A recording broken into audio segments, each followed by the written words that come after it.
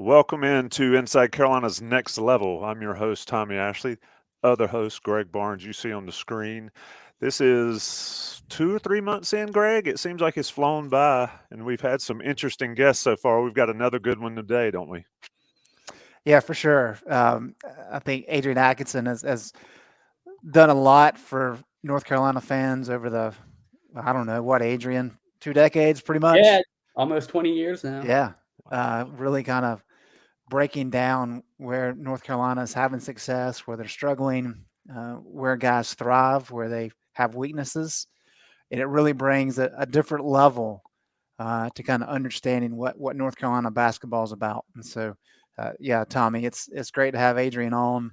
This is our first basketball show, so I think we're getting into the fun part of the year. Still a little bit of overlap. Got a bowl game to go for the football team, but now that North Carolina is through exam week, got some big games coming up. Now we can really turn our attention fully to basketball. Absolutely. Adrian Atkinson, of course, on Inside Carolina UNC Basketball Premium message boards is Adrian Atkinson. On Twitter at Freeport Kid.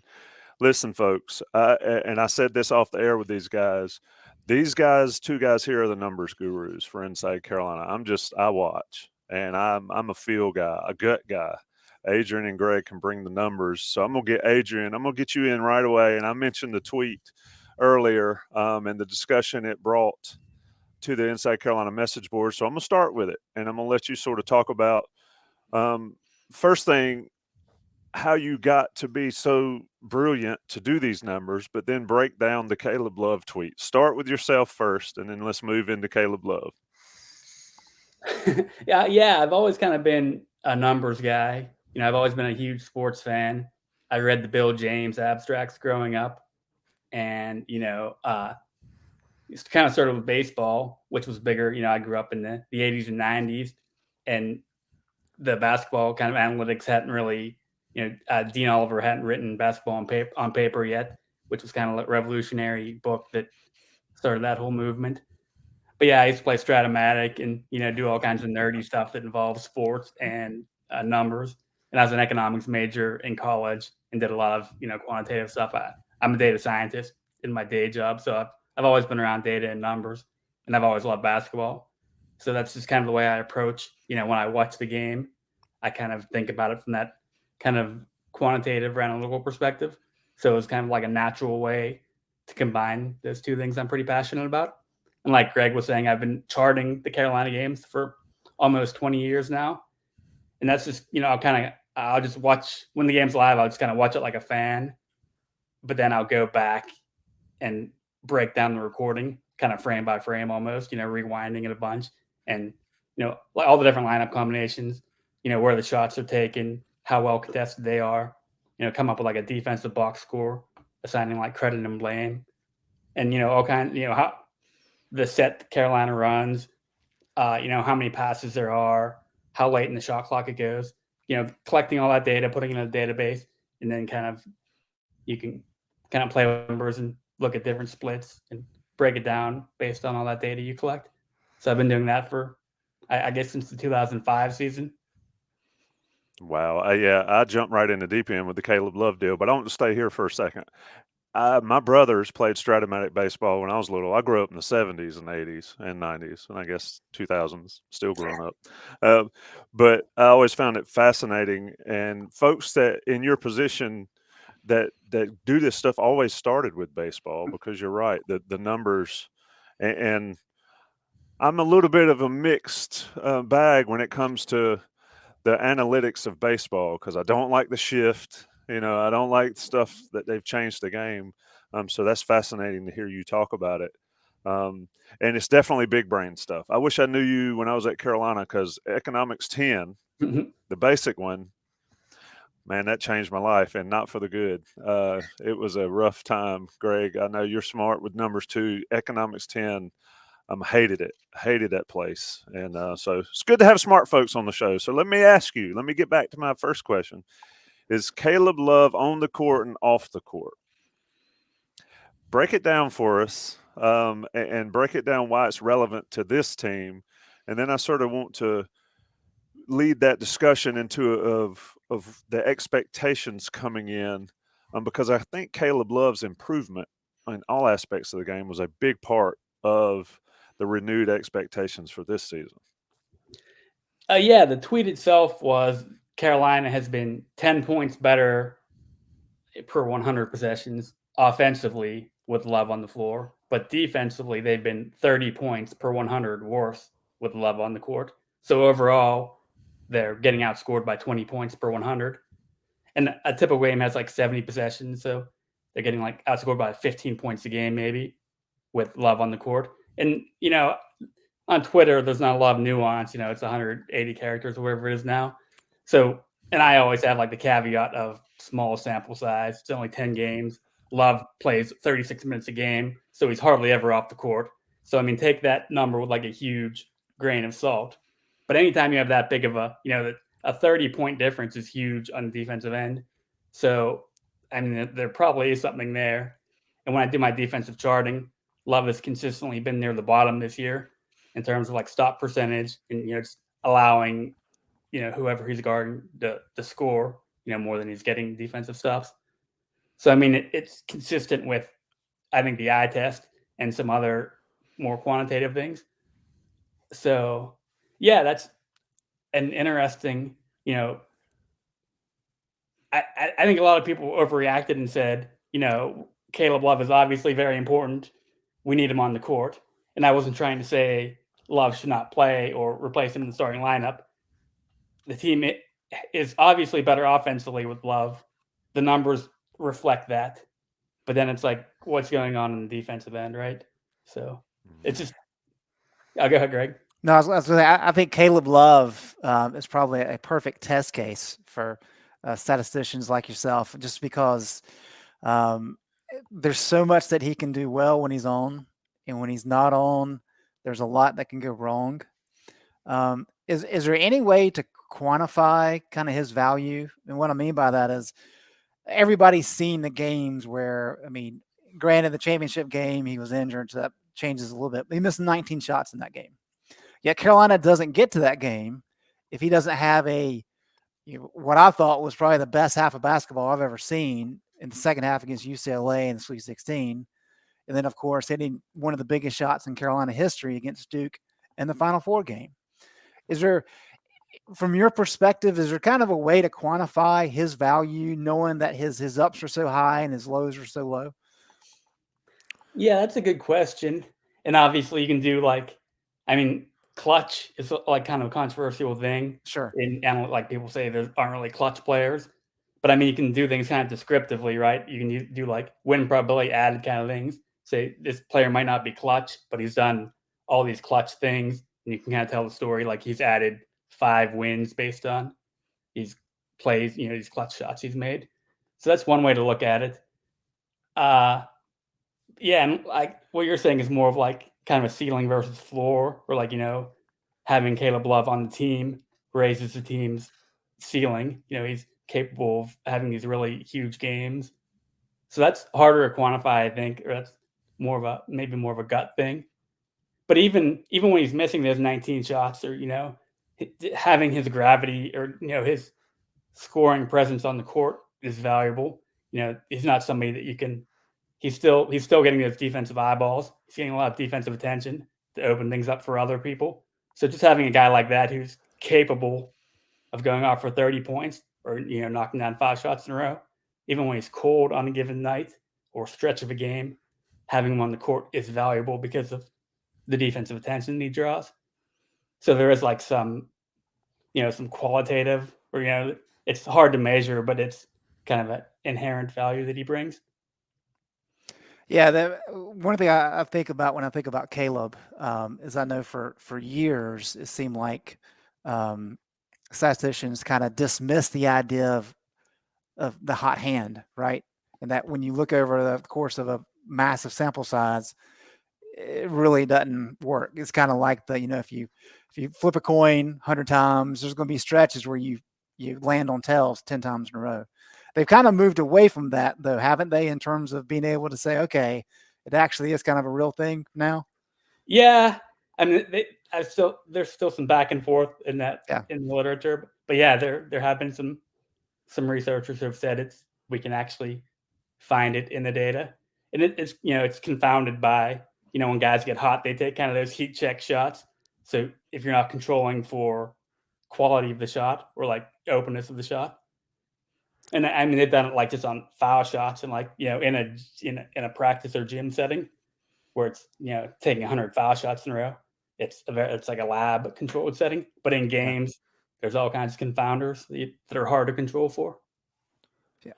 This Tommy, is that stuff is fascinating to me. Yeah, and that's why I said off the air I was going to just get out of the way and let you guys talk about it because, like I said, it is way too big brain for me. I do want to talk about your article, Adrian, on Inside Carolina's Premium Board from I don't even know today. Yeah, we're recording on Wednesday, so yesterday. Time is flying, especially with the holidays.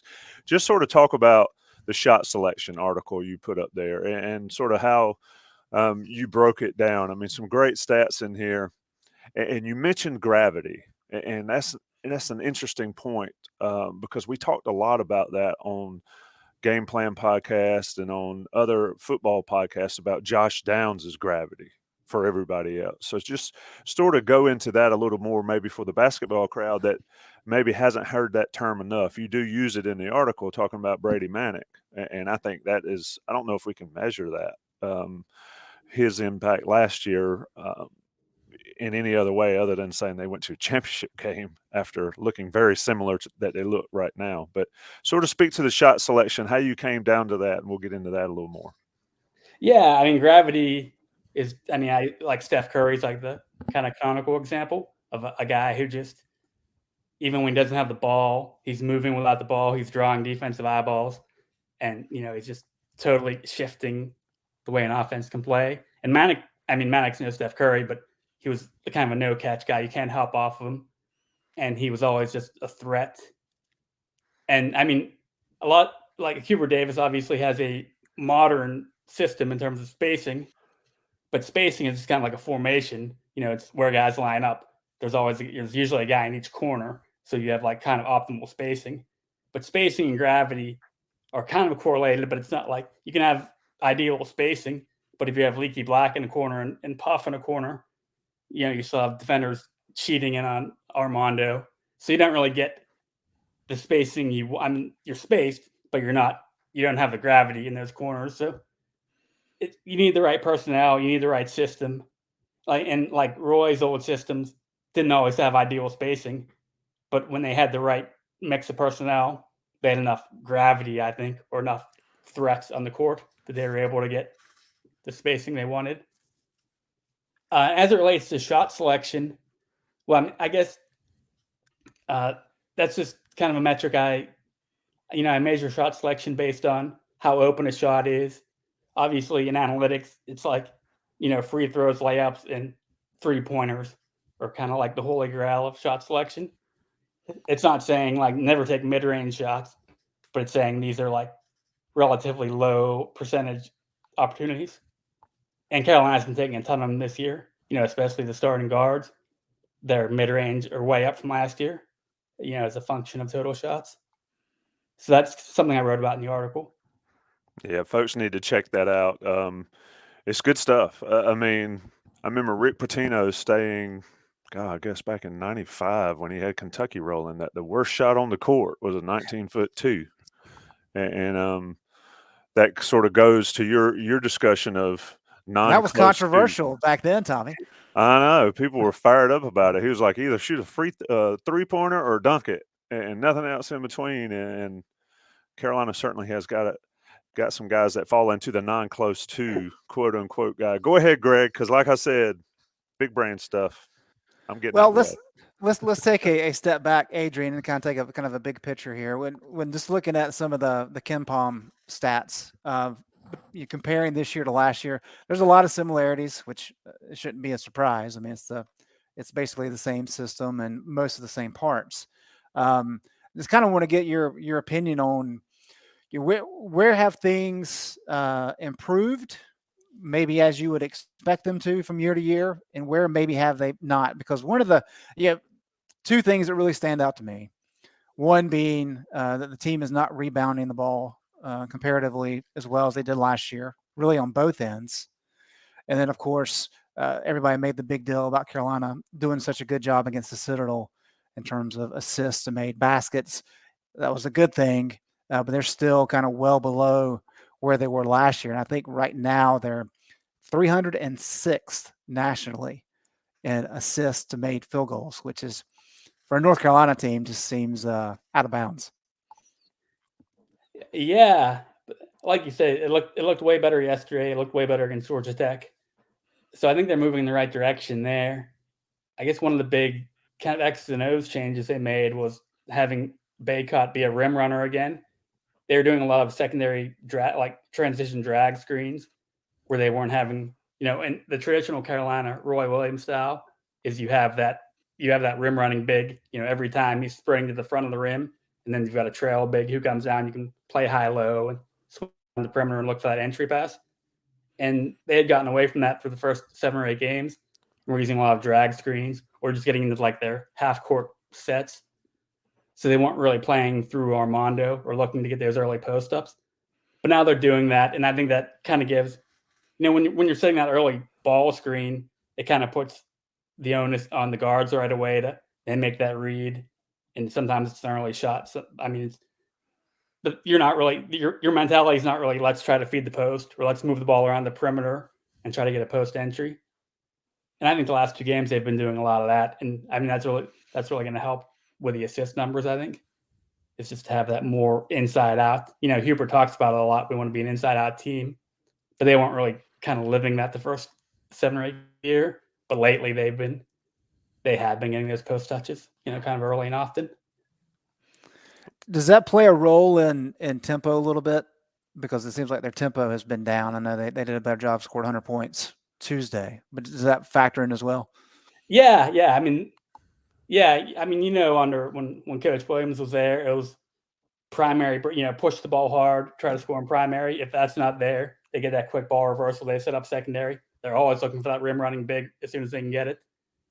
And they'll go through their secondary set. And if that's not there, they go into freelance or some kind of half court set. But with Hubert, it's been more walk the ball up and just run the half court offense. So it has been slower. But the last 2 games you're seeing, Armando is consistently running to the front of the rim. They're getting a bunch of early, easy entries to him. Yeah, in the first, 8 or 10 seconds of the clock. So like you're saying, it is speeding up tempo. They're getting those early looks early in the clock. And kind of big picture, and this may get you into some speculation, which proceed at your own risk in that regard. With the rebounding numbers being a little bit down, and that's to be expected, I think, when you focus more on kind of a spread offense like Hubert does. That was such a big part of what Roy Williams wanted to do because, number one, it limited opponents' possessions while creating more possessions, but it also kind of gave you a foot up, as you mentioned, with kind of the secondary break stuff of getting out running more. In terms of, you mentioned the guys' first couple games of the year anyway, the first 8 games of the year, more kind of walking the ball up to set up the offense. Is the tempo something that Hubert seems to really want to push and he can't quite yet, even though we've seen glimpses of it? Or is this kind of something that he can't do because of the rebounding is not where it needs to be? Or does it just appear that he has kind of a new shift and that, he wants to push the ball. He does not want to push it as much as Roy. I know that's kind of a broad question, but can you kind of pinpoint that at all? I don't think, I don't know if anybody in the world wants to push the ball as much as Roy. That was kind of his whole thing is, he was always waving the guards up the court and then, yelling, run and move. I mean, that's just kind of his thing. I think Hubert does want to play faster. So, I mean, I think he does want to play faster than they're playing now, but probably not as fast as, or he's not emphasizing as much as they did under Roy, because Roy was kind of like I said, nobody really wants to run that much. And as far as rebounding goes, I like to always make sure we differentiate between offensive rebounding and defensive rebounding. I think the offensive rebounding failures, or not failures, but why it's down from the historical level is more a systemic thing. it's playing more 4 and 5 out offenses as opposed to, the 3-around-2 that they ran under Coach Williams. So that's just, I think that's going to be lower historically. In this with Hubert in charge, defensive rebounding is something they emphasize, that Hubert emphasizes a lot, and I don't think and they were very, very good at it last year, and they're a little shaky at the first couple games, and it's been pretty strong ever since. And I don't think there's any reason to believe that won't be a strength of with Hubert in charge also. And to your point, they'll be able to control the glass, and if they want to push, they'll be able to push, off of defensive rebounds.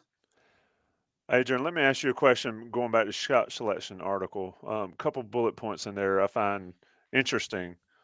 30, roughly 40% of Carolina's three-pointers are off the dribble. Last year was less than 30%. That number, and also as a result, R.J. Davis, you've got him at 68% last year, were open or lightly contested, and only 43% this year. Is it a function of defenses sort of catching up to Hubert Davis's offense, or do you believe that's a function of just the nature of Hubert Davis's offense in college basketball these days?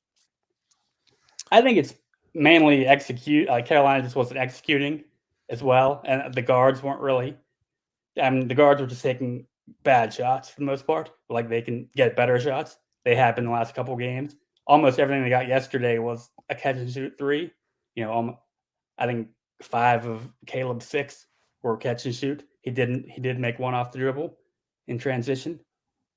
So mainly, I don't think it's really. I guess there is a lot more ball screening with Hubert's offense, and one of the reads. If the defense drops, you'll have that off the dribble three, or that pull up mid range.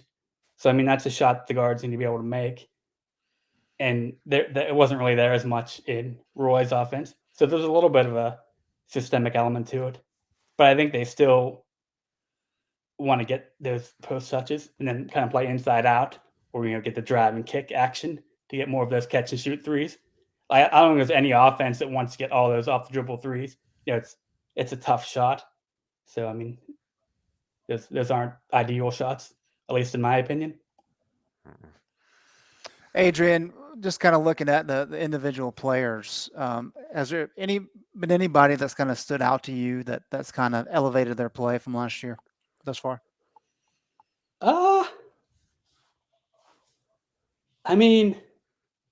I guess in certain areas. Baycott's been a little banged up.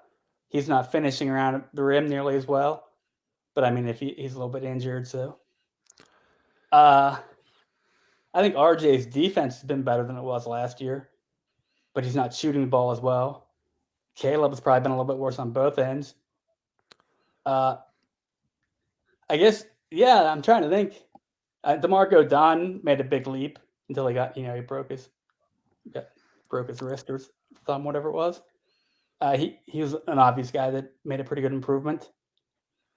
Leakey's kind of the same Leakey we've always seen. He's playing really good defense still, kind of a non-factor on offense. So nobody in that starting lineup's made a huge leap yet.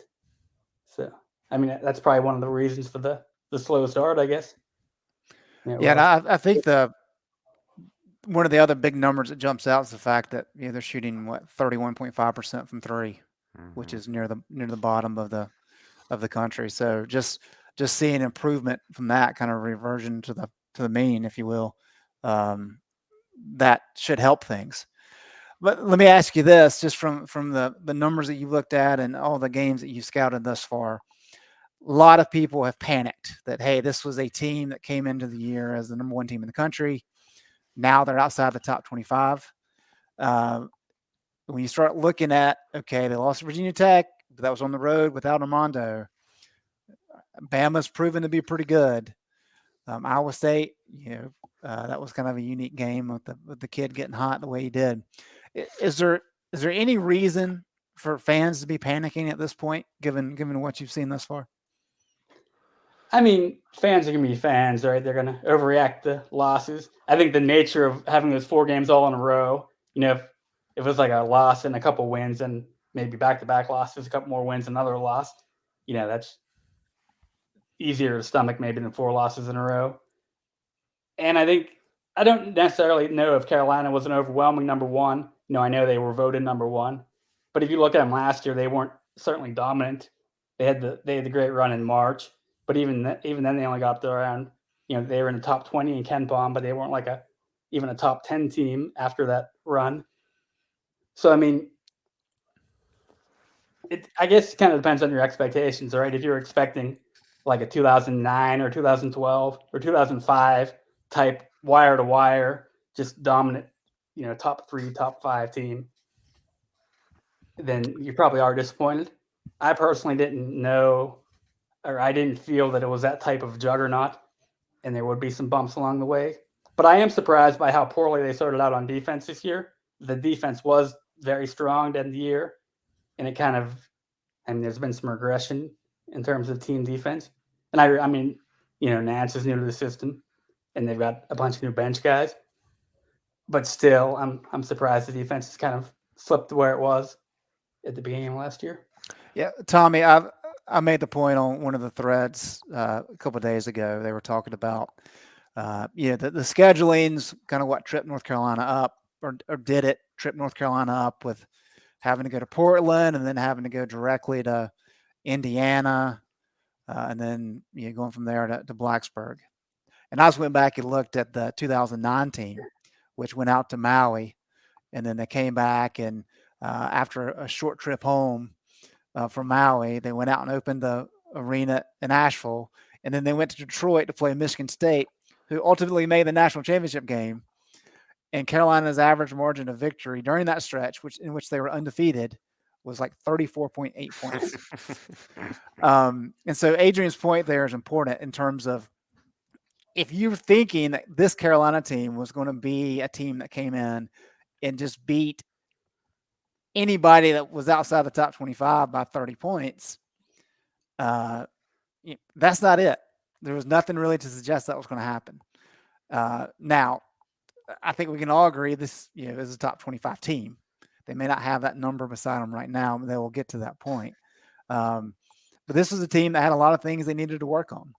And, as Adrian has shared with us today, they've made some progress. Some other things, like defense, has not been as good. But as Hubert showed us last year, he did a pretty good job kind of getting that team to where they needed to be by February. And that will be the benchmark for him this year is, okay, we know they didn't start the way they wanted to, but can they get to a point where they can get into the tournament and potentially make a run? And that's how this season is going to be graded, fair or not. I agree with that 100%. When you set the bar that high, a Final Four run, a national championship game run, you work forever to get back to it. Adrian Atkinson, Freeport kid. Adrian, last question for you, from me, just because I want folks to understand the depth that you go into with this stuff. Give me a ballpark on how long you spend on one game, watching one game, to be able to do what you do with the numbers. Yeah, it probably takes me about 2 hours to, if for a 2-hour game, it probably takes me about 2 hours to chart it all, because I can obviously fast forward through commercials and foul shots and halftime and everything, but then I rewind every play multiple times. I've gotten pretty efficient with the 10-second rewind, and so I can get through them pretty quickly. And then it takes another hour or two to kind of enter that data into my database, and then another, if I'm writing an article, or you have to actually spend some time with that data to see where the interesting insights are. So that can be another couple hours. So, Well, we certainly appreciate everything you do for Inside Carolina. I know the listeners and the watchers and the message board folks, if you're on the UNC Basketball Premium message board, and of course on Twitter, appreciate it. It's fascinating to me. It is absolutely fascinating where the numbers have taken us. That's why I titled the show "The Numbers Behind the Tar Heels." Greg Barnes, I'm Tommy Ashley. That's Adrian Atkinson, the legendary Adrian Atkinson. Many of you have seen his work. Now you've seen his face and heard his words. Adrian, appreciate you taking the time, my friend. yep, thanks. Enjoyed it. Sponsored by Johnny T-shirt, by the way. I've almost forgotten Johnny T-shirt. Can't ever forget them. Rate us, review us, subscribe, all that good stuff. We'll be back next week with another show. Happy holidays, folks.